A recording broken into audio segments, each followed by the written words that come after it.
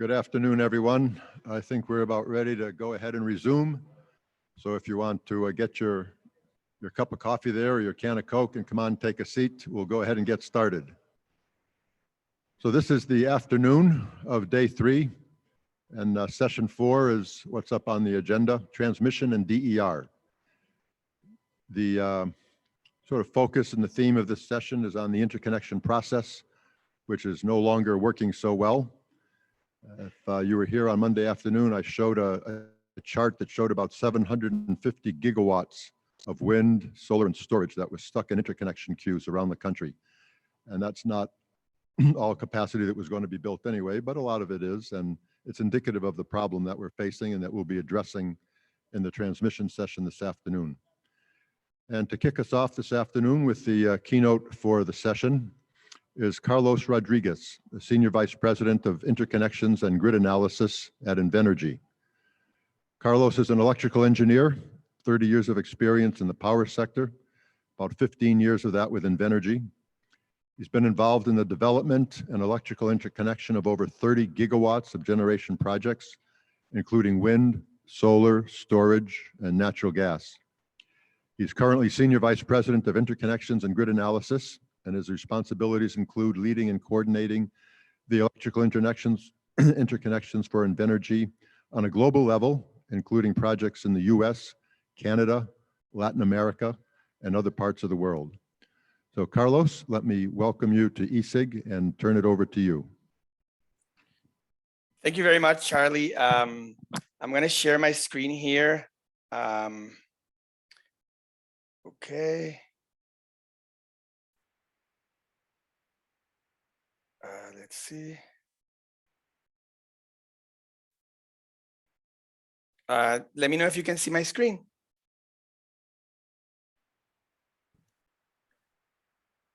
Yes, we can see it. Okay. Well, thank you very much for the invitation. As Charlie indicated, I'm Senior Vice President of Interconnections and Grid Analysis for Invenergy. We are a renewable energy developer, but we also are in the transmission arena, also developing merchant transmission lines. Today, I'm going to attempt to shed some light in our view as to if the interconnection process is broken and how can we fix it, or shed some ideas, share some ideas as to how we can do to fix it. So briefly here on my table of contents, I'm just going to go through brief interconnection process history, a few Ferc orders that have come along throughout the years related to interconnection. I'm going to talk a little bit about the issues that currently affect the process now, on a nationwide perspective. Then I'm going to share some data. It's not exhaustive data. It's just some examples so that the audience can see the magnitude of the issue, and then discuss a little bit some potential solutions to the issues. Then I thought it was interesting to share a couple of examples, real life examples that happened to us, and then, conclusions. So let me start with some interconnection process history. So starting in 1996, Ferc Order 888 and 889 provided the open access, which allowed generators to connect to the transmission system and sell wholesale.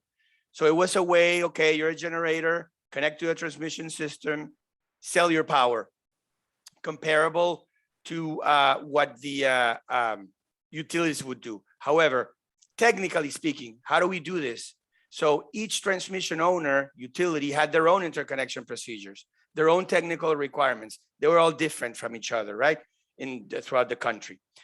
Now, in 1999, Ferc Order 2000 encouraged creation of ISOs and RTOs, the MISOs, PGEMs of the world that we know. We understand the benefits of having a single control area, sharing reserves, operation, planning. So it made a lot of sense. at that point, to create the RTOs and ISOs. Now, with FERC Order 2003, FERC created the pro forma LGIP and LGIA in an attempt to standardize, right? So we had different interconnection procedures everywhere with every utility. So FERC jurisdictional utilities, with FERC Order 2003, created a pro forma LGIP and LGIA where you have standard contracts and studies. So a feasibility study, a system impact, a facility study, an interconnection agreement, data requirements were uniform. So that was a really good step. The process at that time was a serial process, right? So first come, first serve, request interconnection, you get studied, then the next one, then the next one, then the next one. Now, in 2005, the renewable energy revolution started to really kick in.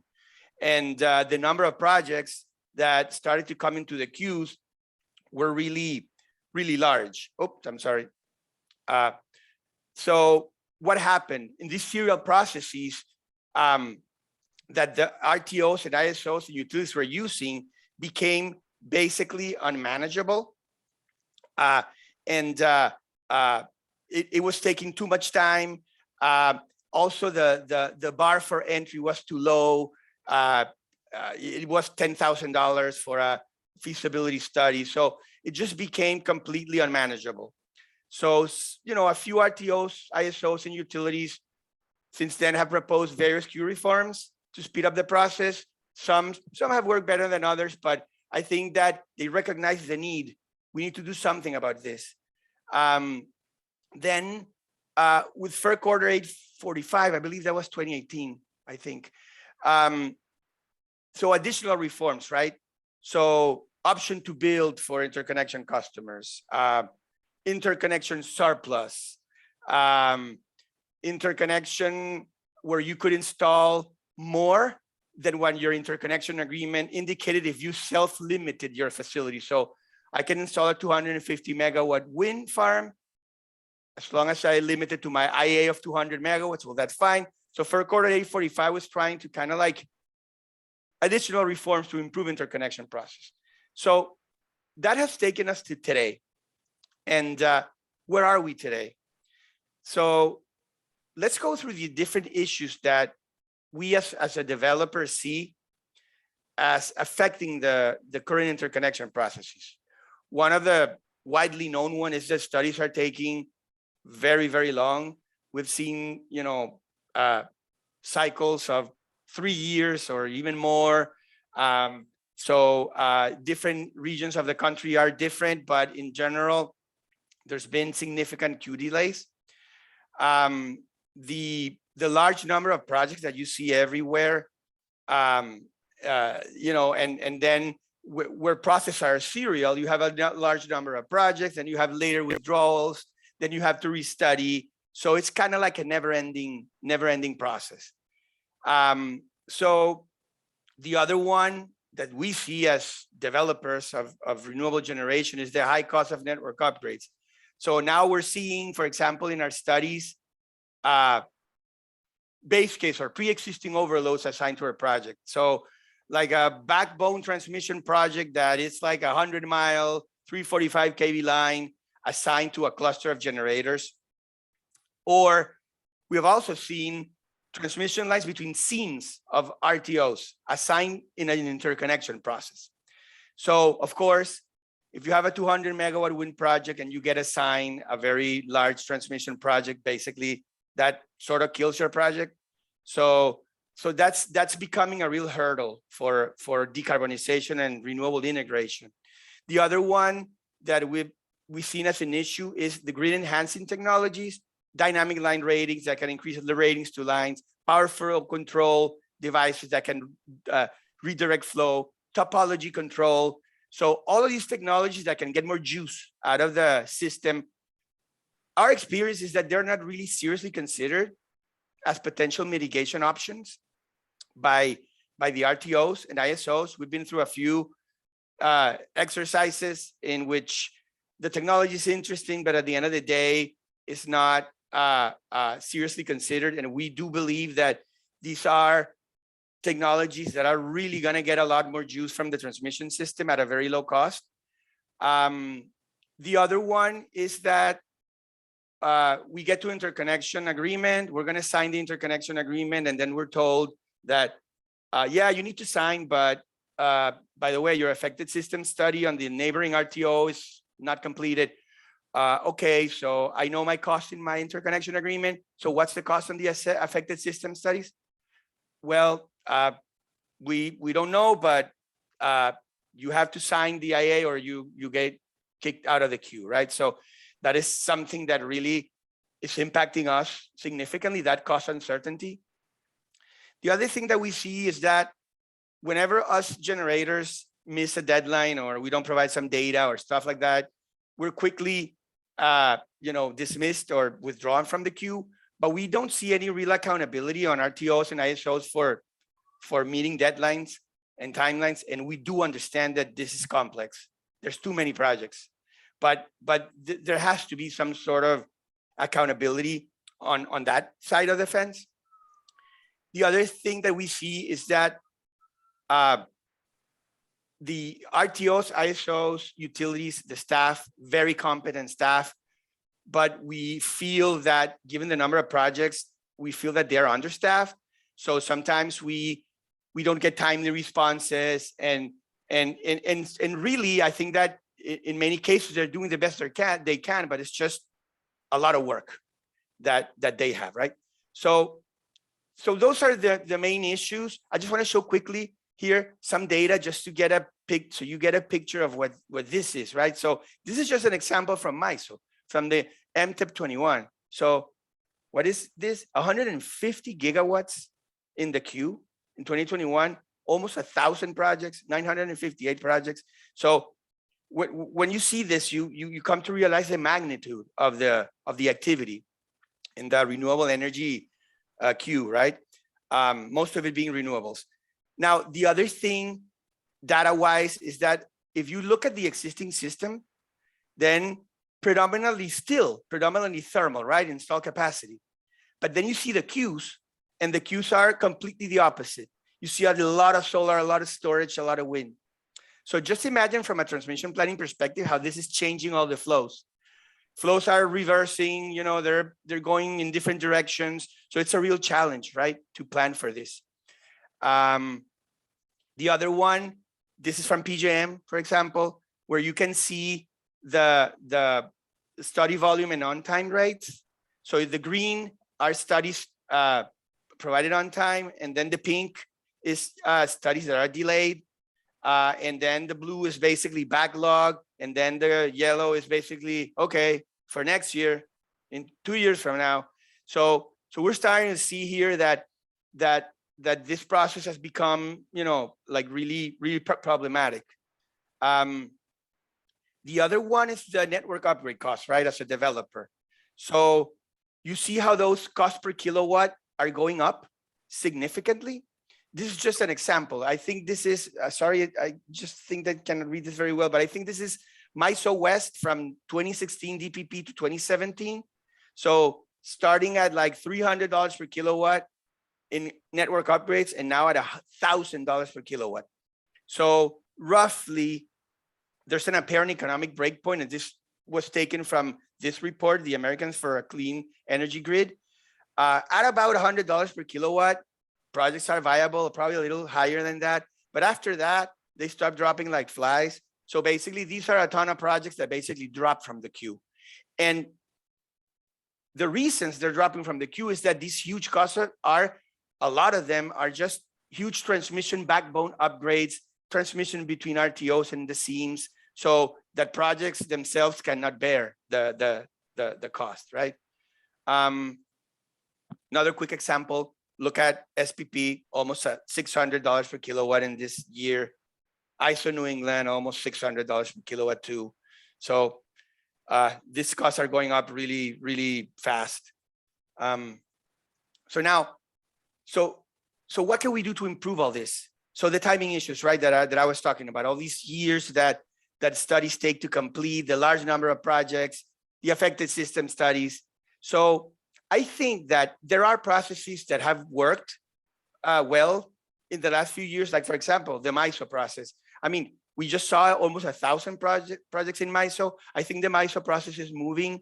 I think that probably looking into this model that MISO has put together, and I'm not saying replicating it, but adapting it to other regions. It's a nice model that has like 3 stages, off ramps, clear off ramps.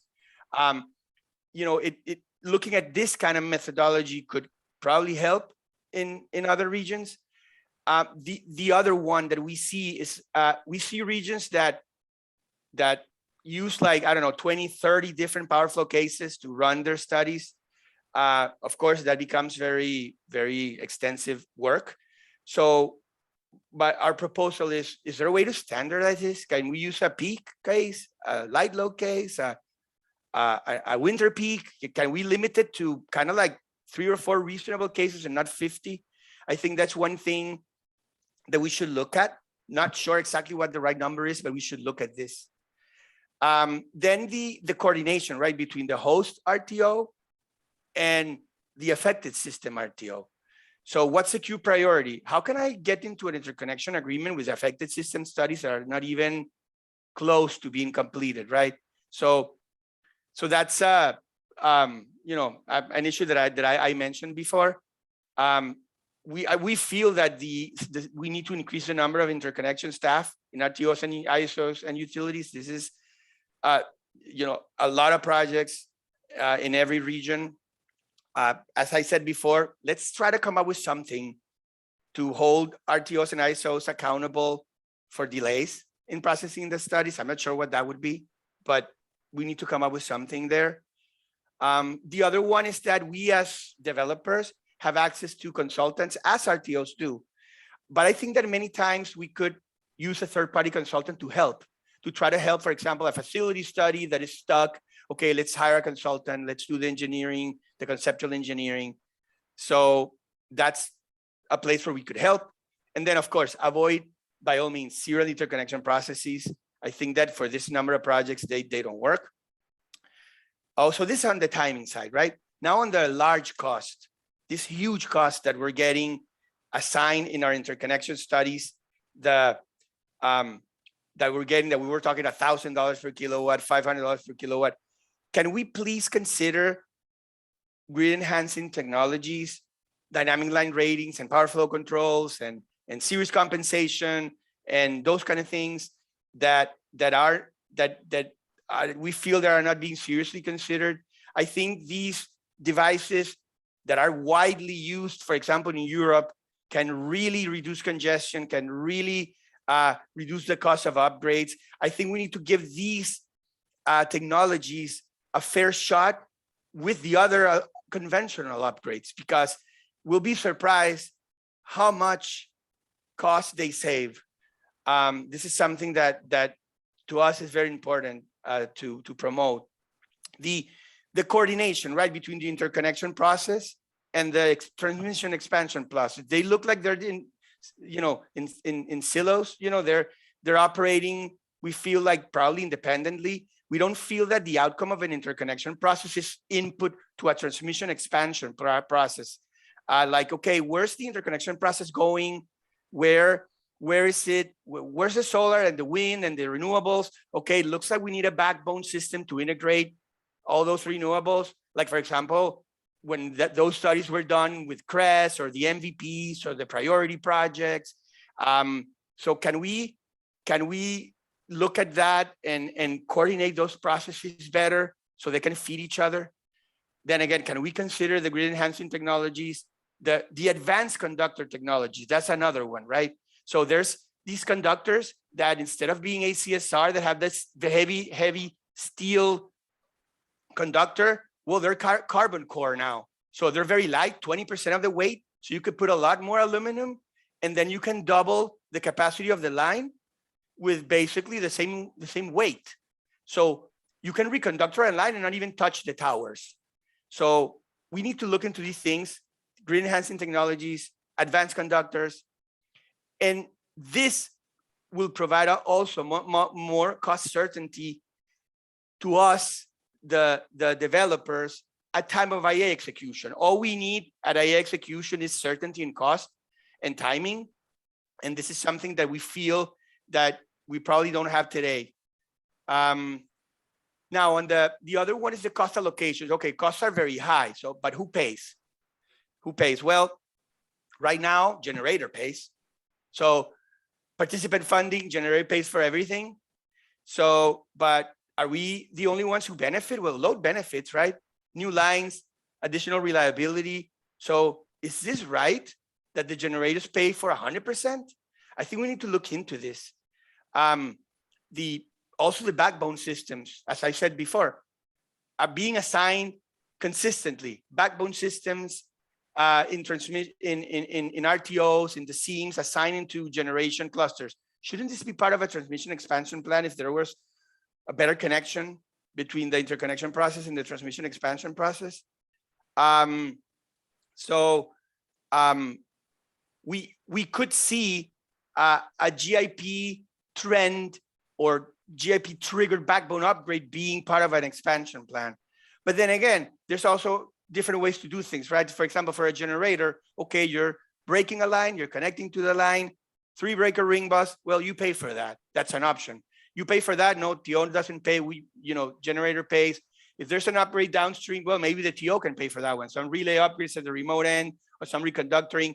So those are the kind of things that we need to get together and discuss a more fairer way of allocating costs. I think that is something that it's also a big problem here. I think that the Ferc and OPER on interconnection, transmission, expansion, and cost allocation, will hopefully address these issues. I also wanted to talk a little bit about I don't know how I'm doing in time.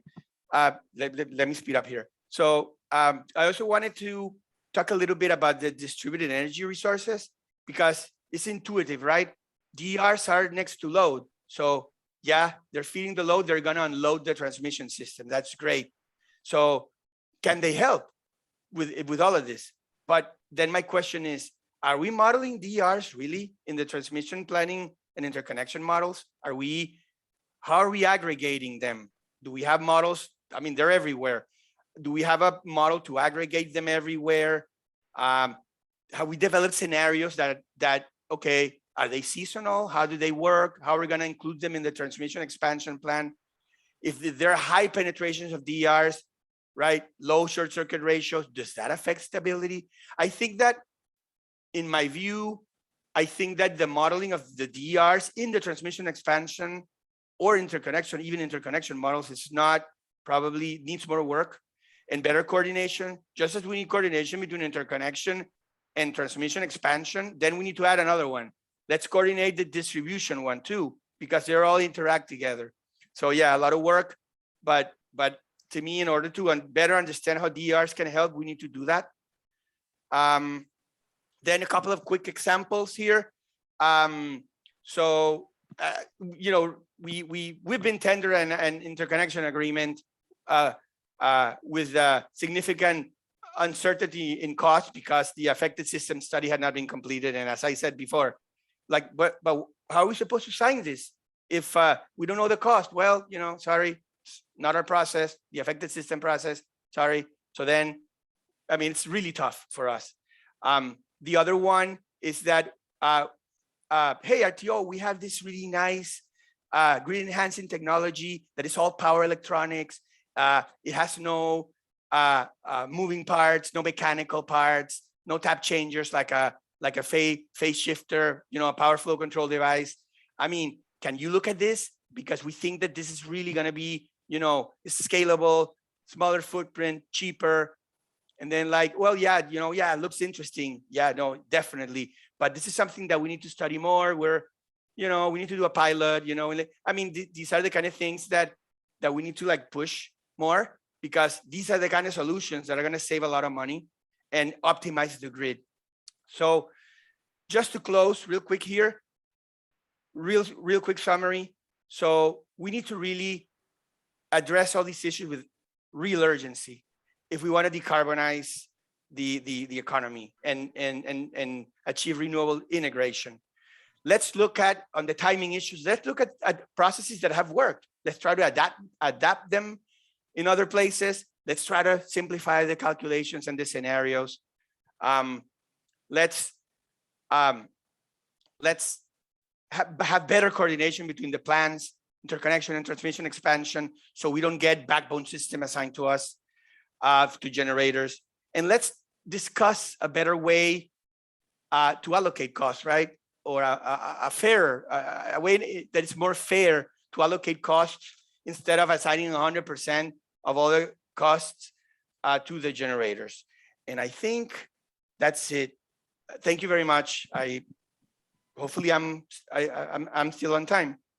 Yes, we're still on time, Carlos. Thank you very much. Okay. The next session is on the interconnection process, and it will be chaired by Julia Matevosyan, who's with us here at ESIG and was not so long ago involved with the interconnection matters herself in ERCOT. So Julia, over to you.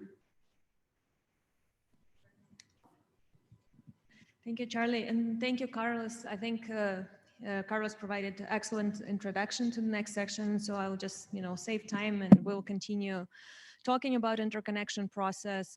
Carlos, if you have time, please, hang in there and maybe you can participate in the panel discussion as well that we'll have at the end.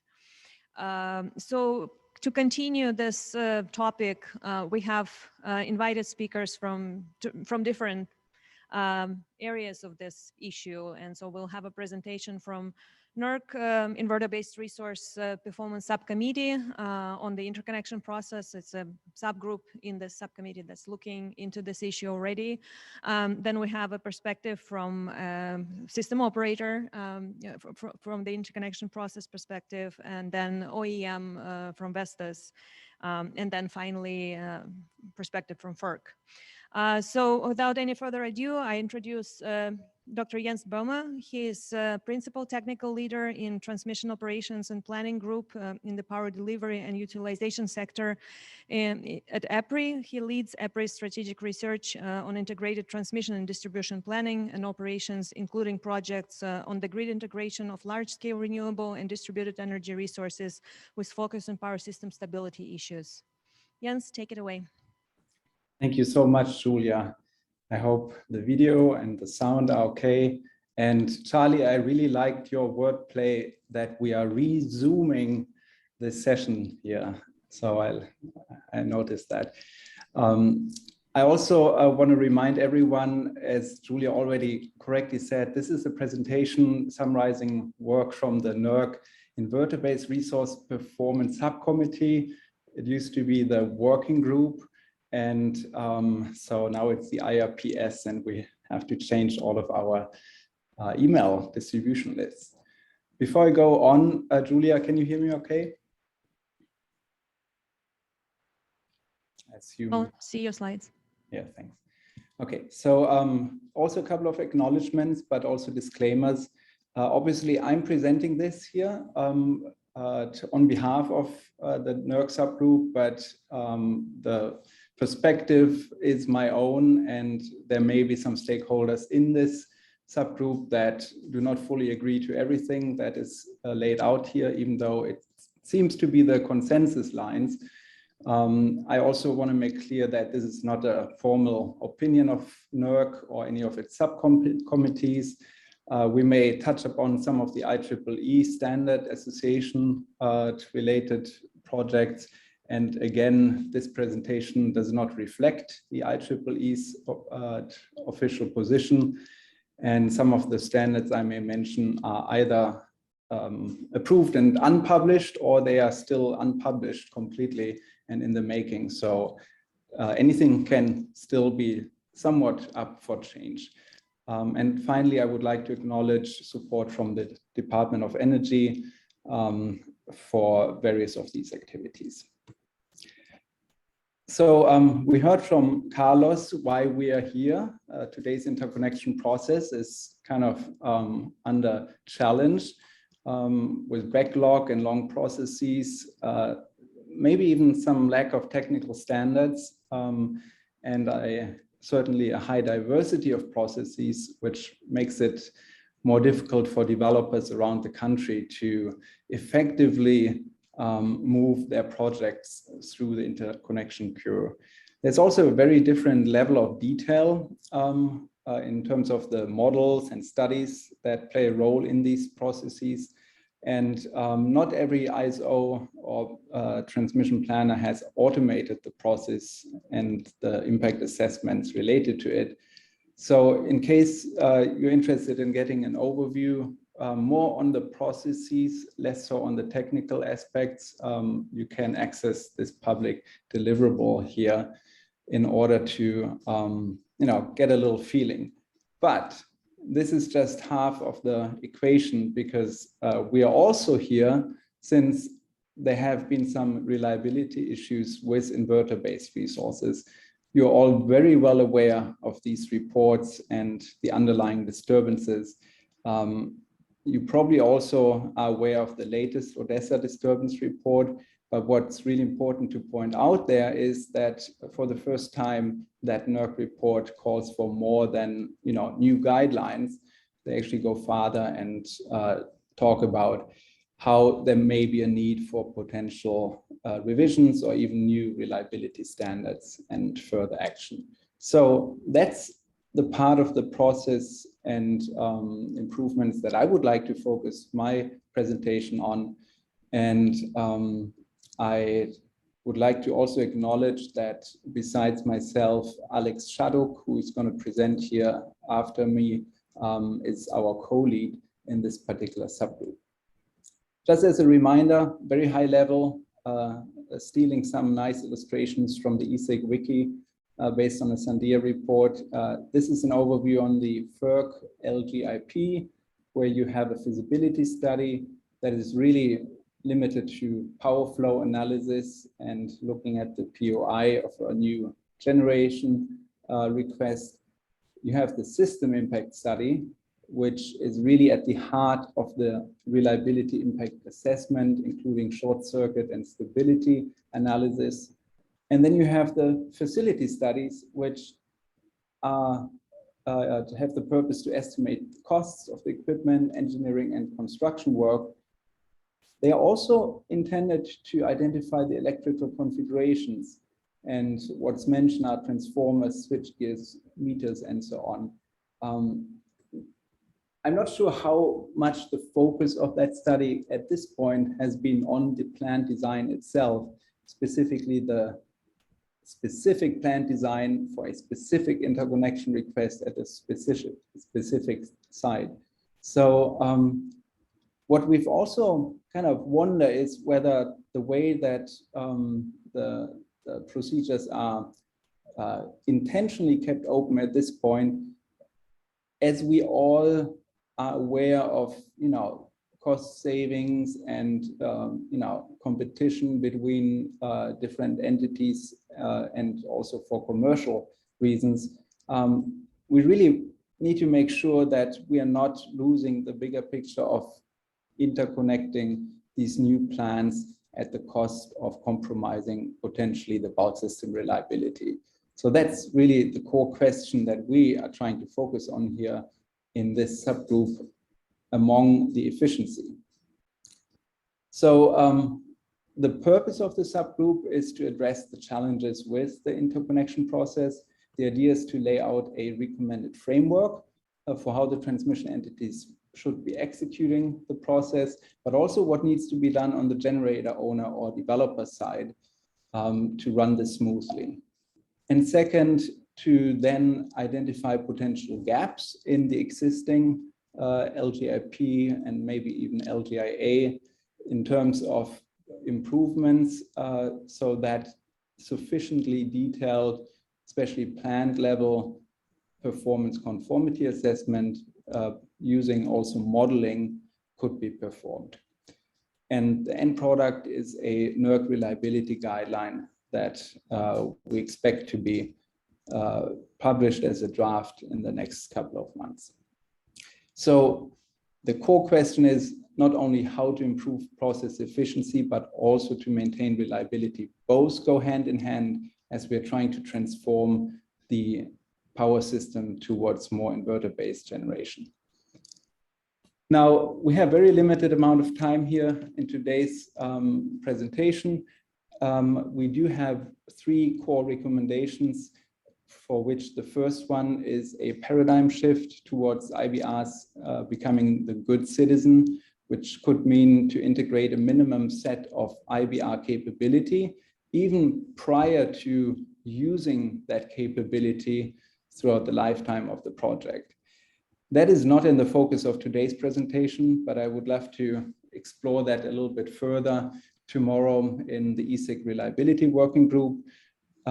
Today we'll focus on recommendation 2 and 3, which are interconnection process improvements, specifically with a focus on filling gaps on pre-commissioning and post-commissioning plant level performance conformity assessment and verification. But also, and I think Carlos alluded to that, there seems to be a broader need for education and collaboration.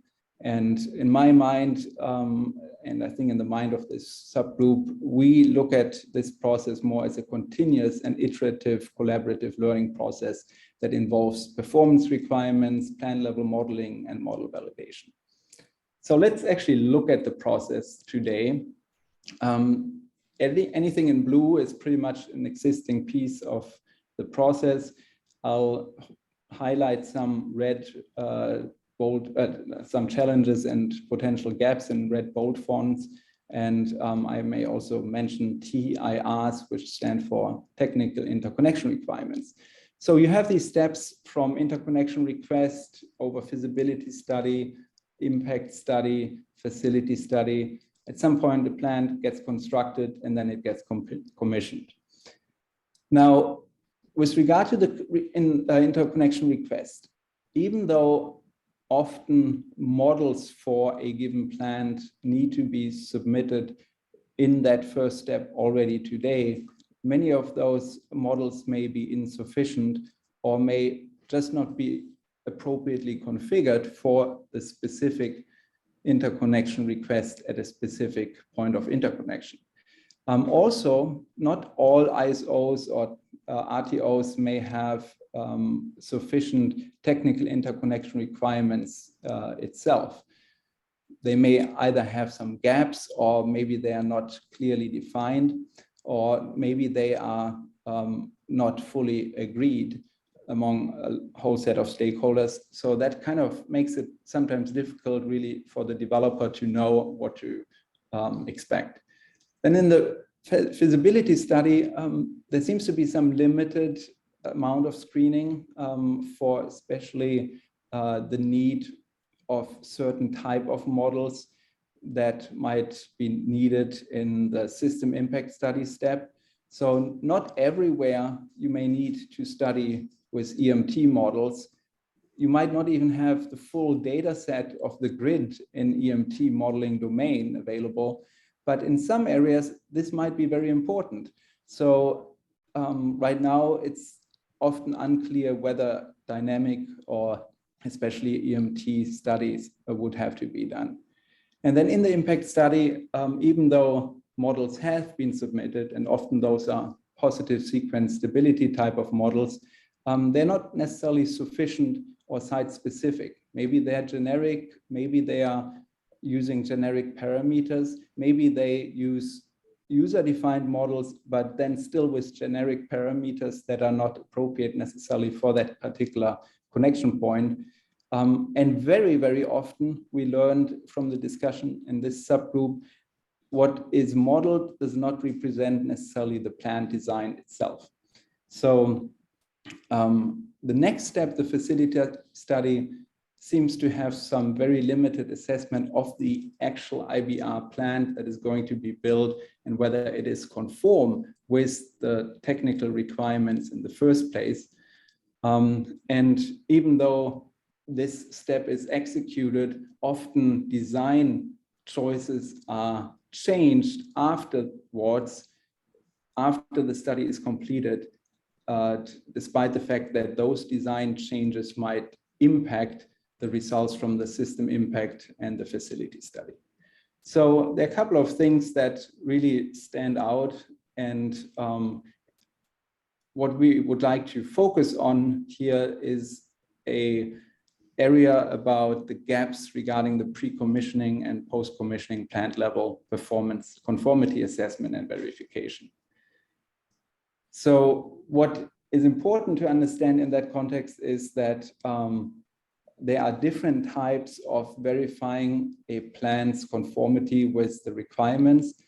The inverters themselves, they could be type tested, performed on a representative unit, or there could be production tests, which means they could be performed on every unit. And the question is, maybe some of these type testing could be applicable even to the supplemental IVR devices like the plant controllers or protection use. Now, the fact that many of these interconnection requirements that already exist today, but also the new approved IEEE 2800 2022 standard applies to the whole plant and is much more than just the IVR unit or inverter conformity, requires that more sophisticated design evaluation might be needed in order to preliminary assess the conformity of a plant prior to its commissioning. That could be a desk study that pretty much represents the whole plant using models that are appropriately configured. Now, during the commissioning test, it's important to understand that what has been modeled and what has been designed would also be built. And if something else is built, that should probably be flagged. And maybe there needs to be a re-study in order to understand the potential impacts. And then last but not least, the post-commissioning verifications could range from post-commissioning monitoring, like field measurements, all the way to occasional periodic interconnection tests or verifications in order to make sure that a plant performs as desired over its whole lifetime. Now, this framework is actually integrated into the IEEE 2800 standard. Many of you probably know that the recommended practice for test and verification of these requirements in 2800.2 is just starting off the ground, and we would encourage everyone to get involved into those discussions. It's going to be a huge lift in order for the industry to come to some consensus how to actually do this. What I would like to close my presentation with is a brief look how these steps could be integrated into the LGIP process. And looking at how the process stands today, and then highlighting in purple what could potentially be improved. The first thing that we see is that this facility study could become the bucket where we place more emphasis on the IVR plant conformity assessment. Now, if that turns out to be insufficient or not satisfactory, then there might be some iteration between the impact study and the conformity assessment until both of the objectives of conformity and appropriate system impact are met. The second addition could be a post-commissioning monitoring with revalidation and event analysis. And the third addition could be this periodic test or verification, which obviously might trigger some iteration between those steps 4 to 7. Going a little bit more into the details here, in the first step, it's probably helpful to have sufficient models and specified model acceptance criteria. In the second step, screening could be used in order to understand what are actually sufficient models, what special type of models would be needed. And only once these models are then submitted, proceed with the next step. In step 3, the system impact study should use those latest available sufficient models that are site-specific and not generically parameterized anymore. And if anything changes in this step relative to the plant design, maybe that could trigger a reset in the interconnection curve or the plant design. So this is something that could potentially inform some material modification definitions per the Ferc LGIP. In the fourth step, the design evaluation of the whole plant relative to the performance requirements might be a helpful improvement. At some point, there could be a design freeze, and only once all of that is satisfactory, the process could proceed to the actual production. And in itself, that could become the preliminary, for example, more 26-27 assessment.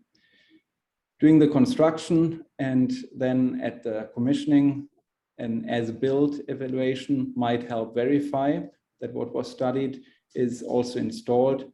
And then the final small-scale disturbance model validation could come out of the interconnection commissioning, whereas the continuous validation for large-scale disturbance model verifications is probably something that belongs into the post-commissioning monitoring step. Overall, the guiding principle could be open and timely communication. And we have already run out of time. So just looking ahead here, one perspective to continue this collaborative learning process is to think about performance requirements, the sufficient equipment models representing the plant performance conformity assessment, and also the sufficient plant models that come out of that assessment, after all, as a integrated activity, which over time, not only for a given interconnection, could benefit from continuous and iterative collaboration. Therefore, we encourage everyone to get involved in these different industry forums, ranging from the ESIG over the NERC, the IEEE, and everyone, as we will also hear, I believe, from Kelsey, can comment on any Ferc dockets with their own thoughts. So with that, I'll wrap it up, and thank you so much for your attention. Sorry for going over time. Thank you so much, Jens. We'll continue on with ISO RTO utility perspective. And for that, I would like to invite Jennifer Swierczek. She's a supervisor at SPP in Generation Interconnection team. She has extensive experience in engineering processes, project management, and IT. Her team is responsible for generation interconnection studies from technical perspective. Jennifer, the floor is yours.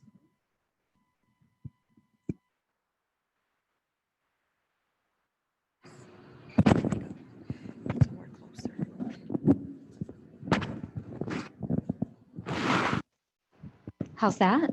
Can you hear me okay? All right, great. Hi, and thank you for having me.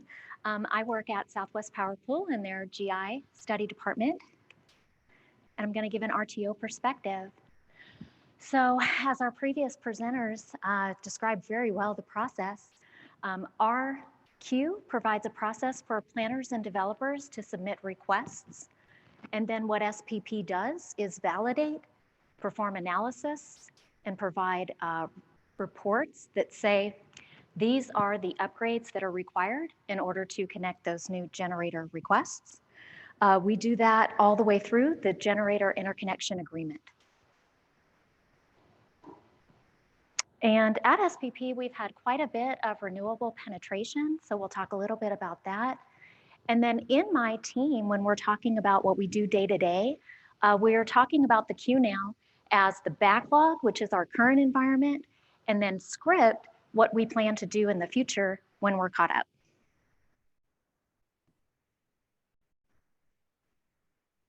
So this is consistent with other presentations that we've seen this week, where wind is really becoming more prevalent. May of 21, we actually set a renewable penetration record at SPP, where 87.5% of the load was served with renewable energy. Of that, about 84% was wind. And we've really been consistent with adding wind to our footprint. SPP has facilitated on average about 2,900 megawatts per year for the last 8 years straight. And you can see here, just the growth is quite astounding. Here is some trends for the other RTOs as well. where it is mostly renewable in our queues. All right, so the backlog mitigation plan. This has been quite a challenge, and we do recognize how difficult it is, both for developers and also transmission owners. We're looking to get requests through to GIA and connected to the grid. And it is very difficult when you submit a request, for example, in 2018, but you're not studied until 4 years later in 2022. So as was said earlier, the technology changes and the environment changes. And is that still a viable project? And how do we make these studies really meaningful? And this isn't something that only SPP is experiencing. Many queues are backlogged across the country. So it's really gotten a lot of attention. I think that's a good thing. At SPP, some of the causes have been speculative requests. So you've got the real projects that are needed to serve load, and then you have some that are more economical in nature. And so you could say that those speculative requests can contribute to restudies, and then that kind of propagates the issue.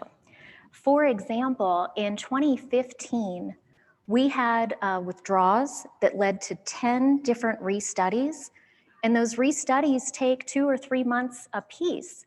And back then, we didn't move on to the next cluster until that year's cycle was complete. So that's kind of what contributed to the backlog to begin with. And we do think that we were just slow to act. But in the last 2 years, we've done quite a bit to try to mitigate this backlog.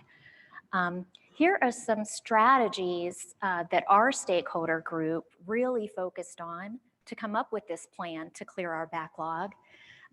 Reduce restudies through development milestones. So those are the 3 phases that you might know about. First, we do a power flow study. And in the second phase, we do power flow, stability, and short circuit. And in the third phase, you do a facility study. And in between those phases, requests can opt to get out if they're not comfortable with the answer or the cost certainty isn't there. Maybe the upgrades assigned to their project are more than make sense. In addition, we wanted to incentivize good behavior. So how do we reduce those speculative requests? We increase the financial commitment. You have to pay to be studied in the first place. And then during those decision points, there's more on the line that could be subject to forfeit if you have a late withdrawal.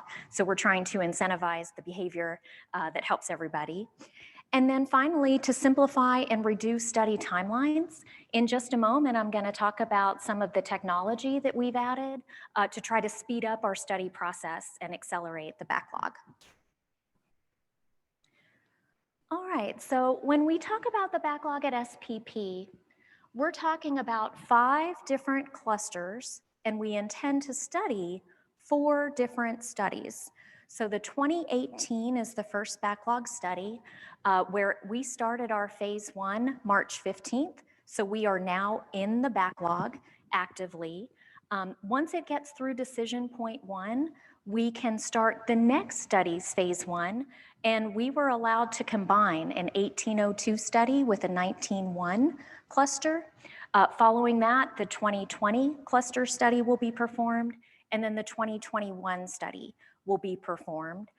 We currently have the 2022 open window, so you could submit requests into the 2022 queue right now, and that study will be a 2024 study.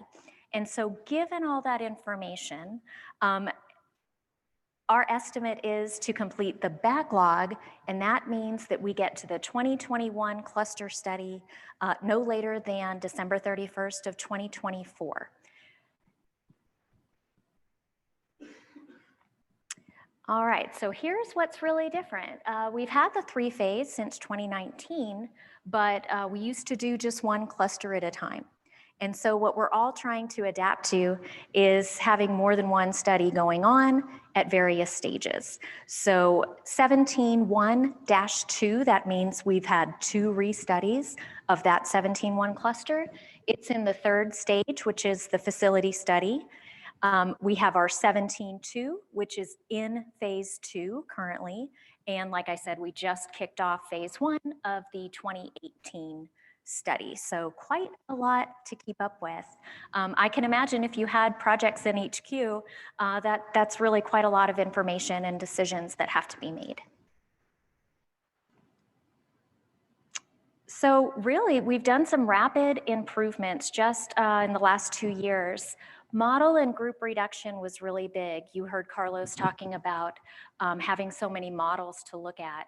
What SPP did, we have, I'll just talk about power flow. There's one spring model, and then there's a 5-year out model that's summer peak, winter peak, and light load. We reduced our models from 404 is what we used to have, and now it's 83-ish models that we have to study, so that really helped. We also reduced our group. So I wish I had shown SPP's print. If you could see, think about the middle of the United States, and we used to have 16 different, and so according to your point of interconnection, you would be assigned one of those groups. We used to have to study 16 different groups and all the various models. That's how we got to 404 in the past. And now we've reduced to just 5 groups, and that makes it a little bit faster to get studied and get the results. There is a tool for model solving. I'll give a shout out to our friends at Pearl Street. It's called Sugar. And it does what engineers can do by putting preliminary reactive into the models to get them to solve, and then taking out that reactive to provide the before case and the transfer case for our studies. We have implemented that with our 17.2 phase 2 and our 18.1 study. And we're hoping that that gives us efficiency, saves so much time just to get the models to solve, that now we can look more at the results and analyze those results and make sure that we are mitigating for the right constraints and that we are proposing solutions that are cost-effective and reliable. MUST or Terra is what we use for our ACCC and TDF. And then finally, this is a pretty new one. As of March 1st, our transmission working group approved a change to fuel-based dispatch. So, see if I can explain this. We used to include all the prior queued requests that are not yet operational. We would turn them on at 100% regardless of their fuel type. And then we would do the same thing for the current study request. So as you can imagine, that showed a lot of constraints on the system. There was just too much gen and not enough load. And so with this fuel-based dispatch, for example, you could take a prior queued wind request, and in certain model seasons, let's say the summer peak, you put that at 45% dispatch rather than 100. But you're still looking at your current study requests at 100%. And we think that that's really gonna help as far as what are the constraints that we're seeing and what requires a solution. We're hoping to reduce the upgrades that are assigned to these requests as a result. And we're trying to accelerate the backlog without sacrificing quality and reliability. So I've heard this brought up a little bit over the past couple days. We have added an EMT and PSCAD analysis. So where there's a weak grid, what we're doing is a screening. And we don't expect that every request will need PSCAD testing, but if you see some problems with the screening, we would ask for additional data and we would do that PSCAD analysis. And that's brand new in the 2018 study.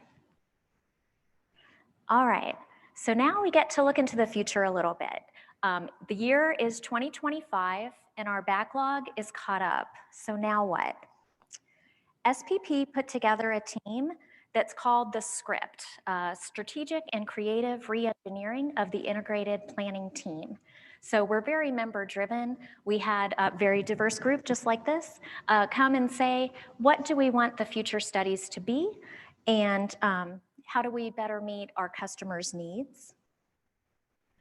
They're looking at a lot of the same challenges that we already talked about as the causes of the backlog. Things that we've heard today, lack of certainty about the future transmission investment decisions and concerns about cost equity are big topics. So they came up with these 7 initiatives, and we're going to talk about the consolidated planning process the most. I think that would be very interesting. We also want to improve our services, optimize our network, improve decision quality, and facilitate beneficial interregional energy transfers and improve cost sharing. Okay, this probably doesn't show up very well, and I apologize for that. Today, like I said, we have requests that are submitted to the GIQ, and then we study just that generation. How do you connect that generation to the grid? At SPP and other RTOs, what we're also doing is a transmission service study to study the load, but today that's separate. And we're also doing those transmission planning studies for transmission expansion. This consolidated process talks about combining all of those efforts. So with this process,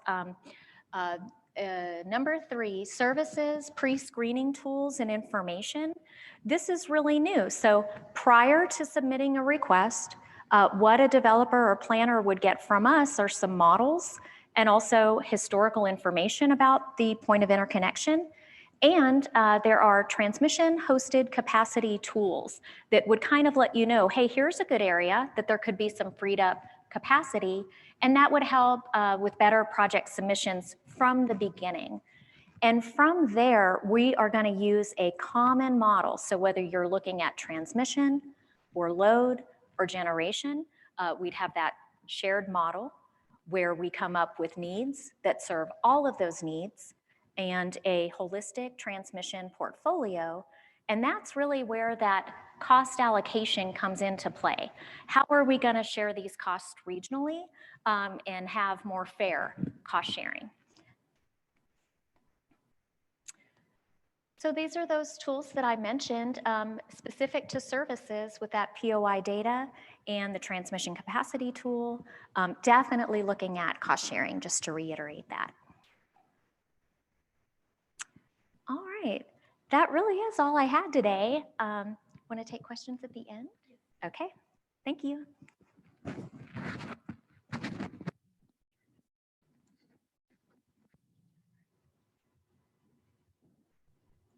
Thank you, Jennifer, for keeping time.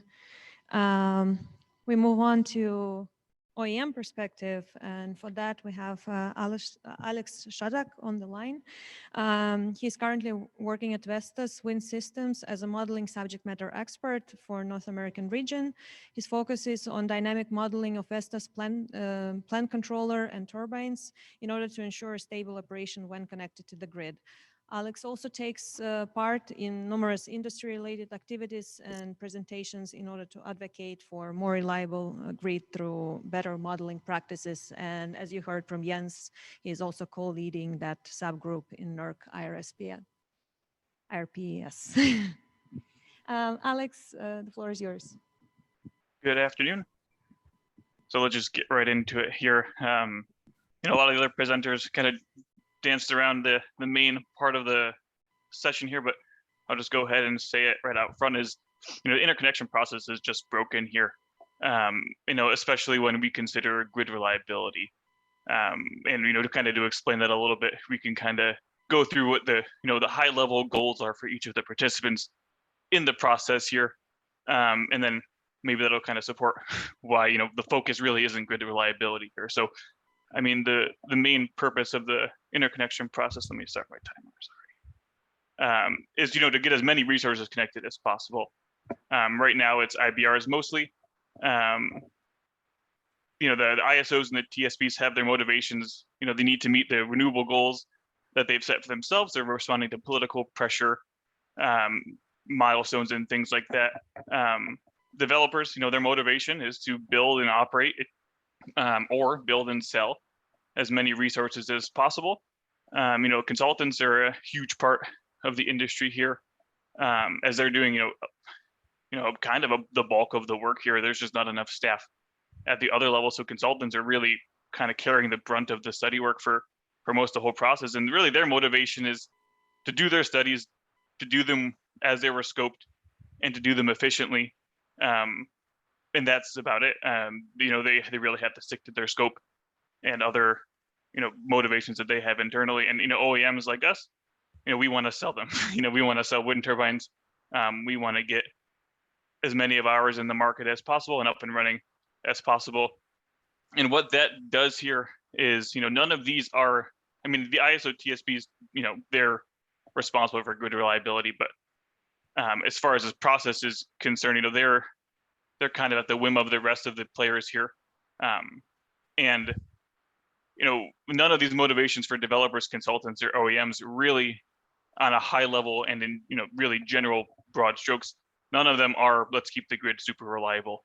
Most of them are just, let's get as many things plugged in as possible. So that kind of leads to what the main root here, I think, is, you know, the process of implementation is the root cause. So what I mean to say is that no one here, none of the players here, ISOs, TSPs, you know, developers or consultants or OEMs, it's not, no one's acting in bad faith. Everyone's acting within the rules that they were set to play within. They're all doing the things that are in their best interests, and they're all doing the things that are necessary to keep this process moving as best as possible to hit that main goal of interconnecting those IBRs into the grid. So big thing here, these are kind of process problems. You know, we'll get into gaps and solutions maybe a little bit later, but you know, the big thing is, you know, ISOs, TSPs, they're the ones running the grid level studies. They are managing insane, I mean, literally insane amounts of data every day for these studies. They have to trust the data that they're getting. And there's a lot of reasons for that. You know, the big reason is, you know, they don't have time, they don't have the staff to review in detail every single model, every single plant, every single aspect of those models and inputs. They also need to trust the data because really it's not the ISO TSP's place to change this data, especially when we get into the effects that might cause, especially with the results of these studies. So, you know, just anecdotally, you know, developer submits a model to the ISO TSP that's getting run through the process. The results of that process, you know, could be cost allocations or other kind of adverse financial aspects. And, you know, if the ISO TSP changes data, then really what they're cost allocating against is not what was submitted and really is not what was meant to be studied. So really the ISO TSPs, they have to have the trust in us, you know, us other players in the industry, and it's our obligation to give them the best inputs as possible, even with the, you know, the other issues discussed as far as, you know, submission timings and things like that. But there are other solutions and options moving forward. So some other things are root causes in the process is, you know, us OEMs, you know, we might not always get asked the exact thing to provide. And, you know, sometimes it's not possible to, you know, maybe there's a sale coming quickly, or maybe there's a, you know, a tight deadline. It's not always possible for me at an OEM, or other OEMs may not want to, you know, ask all of the right questions and really nail down or what exactly you're asking me for. So if you ask me for, you know, a model for a plant controller and a turbine, I'll give you a model for a plant controller and a turbine. If you meant to ask me for a site-specific model, that's not what you got because you asked me for just a model. So there's a lot of communication, things like that, that kind of jumps into the next bullet where, you know, developers may not have the technical expertise on the front ends of all of these studies. Some do, some are very well technical on the front end. Other developers or, you know, asset management companies, a lot of them are non-technical, non-engineering folks who are just, they're trying their best to meet the requirements and hit the technical points. But there's a lot of nuance here, and a lot of small words that can make very big differences, both for when requesting data to give to consultants, and also just to, you know, cursorily review what consultants are putting together before submission, or even if that's happening at all. Because, you know, there are you know, times where, you know, things just get submitted because they have the same file extension, and not necessarily because they were, you know, tested, tuned, and parameterized to meet whichever requirements are needed. So, and that kind of runs into the next point here also is that, the consultants, they're dealing with the developers, they write scopes. The scopes are done exactly as they are written. The only inputs those consultants have are the inputs that are, basically third hand from me, the OEM, or the TSP through the developers. So we're kind of playing this telephone game to the people who are doing the real work. And also, there could be times where some of the really fine details aren't scoped out ahead of time. And then we get towards the timelines and now we can't expand scope. And now maybe there's gaps here in the study process that, we could have been closed earlier, but now we're kind of stuck in this. Now we're in the process. Now you need to carry it forward and get it done and connected. So high level gaps here. Basically, there's a huge deficiency in modeling experts here in North America. So just for example, I'm the subject matter expert in modeling at Vestas for North America. I am one person. My manager is pretty good at modeling, but I'm one person for North America. I'm supporting all of this. For our other international areas, there's 10 to 15 to 20 of me, say in Australia or Germany, doing exactly what I'm doing because there's significantly higher requirements and significantly higher, demand for detail and modeling and, checks and verifications and validations and things like that. So that's a big thing here. And this is across the board. This is at OEMs, this is at developers, at asset managers, consultants, and the ISO TSP level.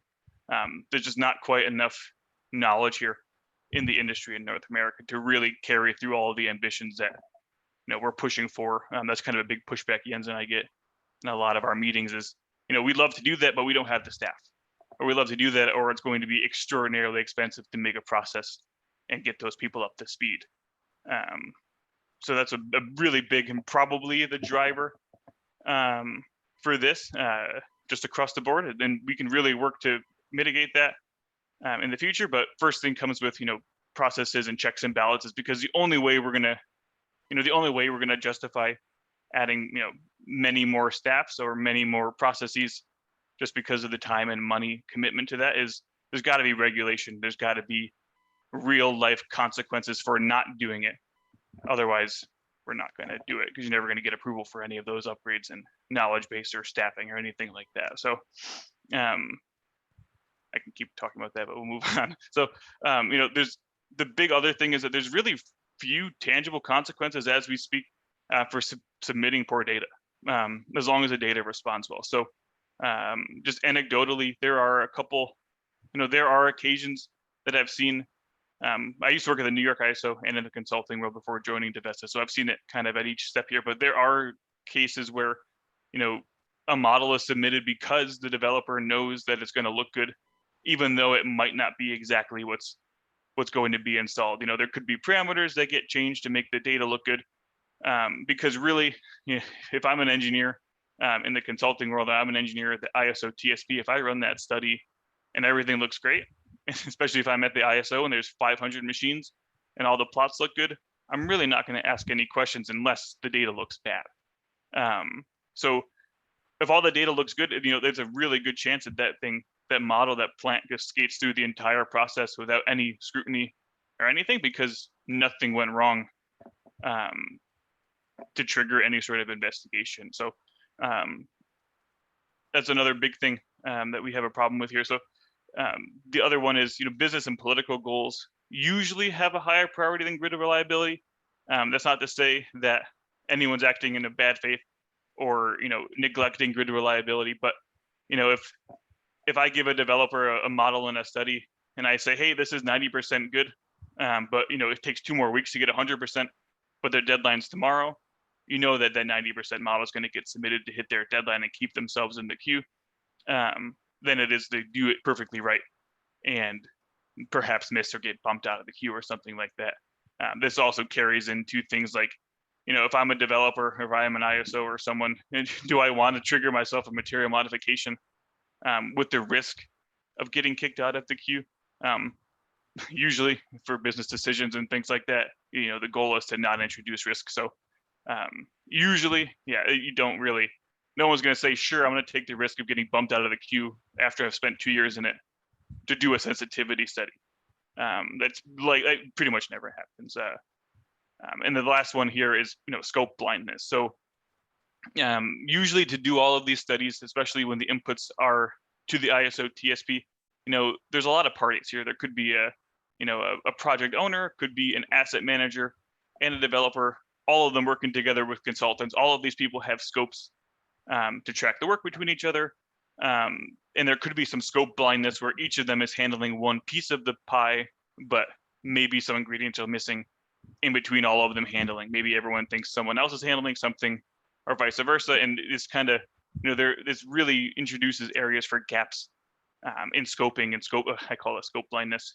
I think I made that up, but that's kind of, a big thing, especially with all of the moving parts to get all of this work done. Because I mean, there is a lot of work to go into each of these things. So how do we fill the gaps? And Alex, the big you thing, have 3 minutes. I just Yep. wanted to. Yep, thank you. Sorry, how do we fill the gaps?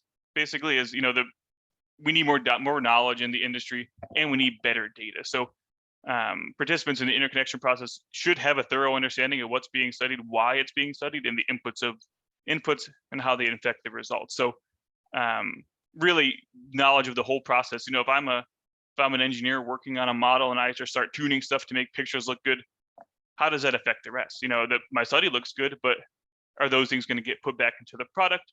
Are they going to be studied? Are those values even possible? Am I changing a value that could literally blow up the turbine or inverter because I've changed current limits and things like that? Really a holistic knowledge needs to be there for how you're studying, how they affect the results and what you're doing really. And big thing is the interconnection process needs better inputs. We need additional validations and verifications in the study process early on to show plant level model accuracy, better due diligence from developers and consultants for using the best data at each step, and then also just resources and regulatory tools to make sure that this is done. Because if there's no regulation or no stick or no negative effect, nothing's going to get done. Just because there's no incentive to do so. The big one here, actually, let me move on to the next 2 minutes here. So what are we doing at Vestas? So, I'm personally participating in a lot of discussions with customers, ISOs, TSPs, industry groups, and others to promote the proper model use and practice. If anyone on the phone is a developer, they probably had a long-winded modeling, dissertation from me on why and how we should be modeling things and what the best thing to do is. We provide validation reports for most all models. That's against the models against product reference, models against each other, and models against in-service parameters and things like that. So that's a big thing that we're doing just to show our model quality and what we can do, and also usability to make sure that, I don't want to say have to use our model, but make it impossible to use basically. So the big one here that I want to hit before I run out of time in 10 seconds is, Cesare had mentioned it earlier, or Carlos had mentioned it earlier, is, we can do a lot with dynamic and tuned solutions at the IBR level because the controls are so complex at the plant controller to avoid unnecessary transmission expansion. So, things like stability constraint transfer limits, things like weak grids or SSRs that could be fixed by bigger transmission, could be fixed by region-wide controls or, specific IBR PPC plant controller, mitigations and things like that. We're also participating in IEEE 2000.2. And I think there's some pictures here at the end. If you want to see, this is our model validation process. I'm going to go really quick because I'm out of time. So this is model against case reference. You can see they're pretty accurate. This is all of our softwares on top of each other to show, same code, base code, similar performance in all EMT and RMS. And this is one last one is, this is a mod 26, mod 27. All we did was literally download the values from the site, put them into the model and press play. And you can see the match we see here. So that is it. I think I was about a minute over, but much better than typical if you've heard other my presentations. So thank you. Thank you so much, Alex. So we move on to the next presenter, and it's Kelsey Bagot. She's currently serving as a legal advisor to Ferc Commissioner Mark Christie, with a particular focus on Western regions and transmission and interconnection policy. Prior to joining Commissioner Christie's office, Kelsey was working in private practice. Kelsey, take it away. Great, thanks. As was just mentioned, I've been sort of all over the legal FERC legal space, but currently right now I'm at FERC as a legal advisor to FERC Commissioner Mark Christie, and I've been working with him very closely on the transmission ANOPR, transmission and interconnection ANOPR, some of you might be familiar with. So lots of this conversation so far has been very relevant to that. Let's see. So quick disclaimer, my comments today are just my opinion. They're not representing the opinions of any of the commissioners at FERC or commission staff or the commission acting as a body. Also, I am precluded from talking about any pending contested proceedings. I could talk about the ANOPR as it's a general rulemaking proceeding, but to the extent issues or questions come up related to specific proceedings that are pending, I would have to decline to talk about those. So I'm going to go through the FERC background pretty quickly just to highlight a couple things that I think are important to keep in mind when you think about FERC's role in this space. And then I'm really just going to get quickly, just given the time, to sort of the meat of the issue, which is, what are we doing at FERC to fix this broken generator interconnection process? How does this fall into place with the ANOPR? And some thoughts on like the big issues that we may be looking at there. So here's just a chart that, some of you may be familiar with the way that FERC is structured, others may not. I just wanted to flag these offices in particular as the offices that are really primarily responsible for interconnection related issues. So here, what I want to highlight, I won't get into, sort of all the jurisdictional issues. I think the biggest takeaway here is that FERC is a creature of statute. So it really is limited in what it can do based on the statutory authority that Congress has given it. So that means all of our rulemakings, including any future rulemaking on interconnection and any review of specific orders that come before us, really have to stay within the parameters of what our jurisdictional authority is. So it's important to remember that we don't have authority over, we do not regulate local distribution, and we don't have the ability to decide what generation gets built. That's still within the purview of the states, and also, through their siting authority as well as other authority. And we also don't get to decide precisely what transmission gets built. So we can work through we can put together requirements in the transmission planning process. We can put in processes through the interconnection processes, but we can't pick and choose winners among them. Those are really outside of our jurisdiction. So here again, just without getting into details given the time, I think the main takeaway here is that through order number 888 all the way through order number 2003, where we created this pro forma interconnection process, the main takeaway is that it was really our jurisdictional hook was that we needed to do this to prevent discrimination in the utility space. So we needed to make sure that generators had equal access to the grid, that customers had equal access to the grid, and that we were allowing generators to interconnect and planning for their transmission system in a way that was cost efficient, such that rates for service, for jurisdictional services, are just and reasonable. So to the extent we take future action, it's going to have to be along those same jurisdictional hooks. So one other thing to keep in mind is that FERC has to be resource neutral. So sort of what I was saying before, we can't pick winners or losers, which means that, our policies, even though from a sort of nationwide perspective and if you look at states, you can see growing demand for renewable energy resources, and you see states adopting public policies that are favorable for certain generation types like renewable resources. FERC, as an independent agency, that is the creature of statute, cannot choose which public policies we think we should be encouraging. So we can't develop processes that encourage a certain type of public policy or the development of a certain type of generation. So that's always in the back of our mind, right? We have to come up with we need to avoid discrimination or impediments to allowing those types of resources to interconnect, but we can't also create, overly favorable processes that would favor one resource over another. So this is just noting that we have a, pro forma large generator interconnection and standard generator interconnection procedures. So here are the issues. I think you've heard a lot of the other panelists talk about them today, and I think they've done a great job doing that. So I don't need to hash through each item that's on this list. I think for me, the takeaway is that it's a tangled web of issues here, I think, that are causing problems in the interconnection context. And I don't think there's, individual drivers for each individual problem. And I don't think that there's any one participant, as Alex was saying, that's causing these problems. And so to fix it, I think we're gonna have to take a bigger, more holistic approach and sort of tackle it from a lot of different avenues.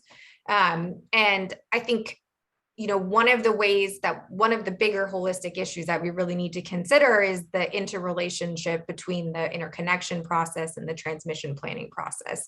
And I think Carlos mentioned this in his opening remarks, that right now they are fairly siloed. And I think there is a lot of inefficiencies that we're seeing result from the siloed nature of those two processes. So I think, the biggest fixes that we're going to see are the harder ones, which is reconciling how we, from a time efficiency and cost efficiency perspective, integrate those two processes so that we're getting the right outcomes when it comes to the interconnection and transmission planning processes.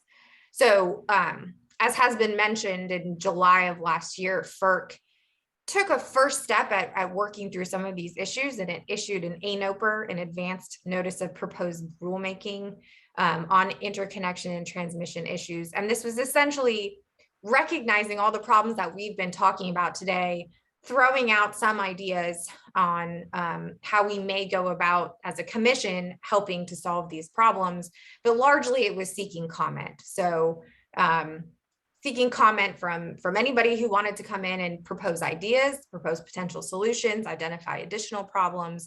And so we've gone through, well, here's some of the potential reforms that were identified. We've gone through the comment process, which I'll highlight in a second, but so some of these are the reforms listed here, I think, are the ones that are the most interesting and also the most difficult. So again, going back to the transmission planning, I think something that's struck me from today's conversation is I think there are a lot of, I'll call them easy, even though they're not easy, but I think there are a lot of things that FERC can do, or that the RTOs can do, or that transmission providers can do to help move the interconnection process in the right direction now, right? And those things include better communication with affected system studies, consideration of grid enhancing technologies, accountability, making sure that the transmission providers have accountability for meeting their study deadlines to, rather than I think it's a reasonable effort standard right now. So I think they're, stricter milestones, all of those things, I think, are things that we could do now that could start moving the process in the right direction. I would put, first ready, first served, and cluster in that same bucket. But I think those alone are not going to solve the problem, which gets back to this sort of interrelatedness between the transmission planning and the interconnection process. And I think there is where we're going to have to ask the hard questions, because that's when cost allocation really comes into play. And, I think participant funding, just to highlight another one, is a big issue, because the reason, from my perspective, participant funding is a significant issue is because you are having these large backbone network upgrades identified through the interconnection process. So we need a transmission planning process that can identify needed transmission to serve load, right? But that does so in a way that's not overbuilding the transmission grid for speculative projects or projects that are, largely driven by future scenarios that may not come to play, right? Because we still have the obligation to require just and reasonable rates. And so let me just hop here to the next phase, right? I think these harder issues are what we're trying to work through on the NOPR, but given where we are in the timeline, right? So after the ANOPR, FERC will issue a notice of proposed rulemaking, putting together a more concrete proposal. After that process, there'll be more opportunity for comment. And then after that, FERC can issue a final rule. After a final rule is issued, then there'll be compliance obligations. And so that is a very long process. So yes, I think FERC has an important role in moving the ball forward on some of these issues. But I think in the meantime, you know, RTOs and other transmission providers and other stakeholders should use this opportunity to get creative and think of voluntary solutions with respect to some of the cost allocation issues that I think are really limiting the sort of backbone transmission that we need, or the seams related transmission that we need. So I really think it's going to take sort of a nationwide effort of all the various different stakeholders at play here to really reach a solution that'll adequately fix the interconnection process in the long run. So I will stop there. Hopefully I didn't go on too long, and I'm happy to answer any questions.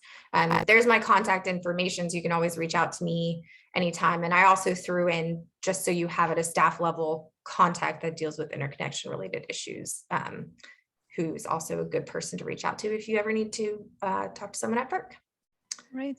Thank you so much, Kelsey.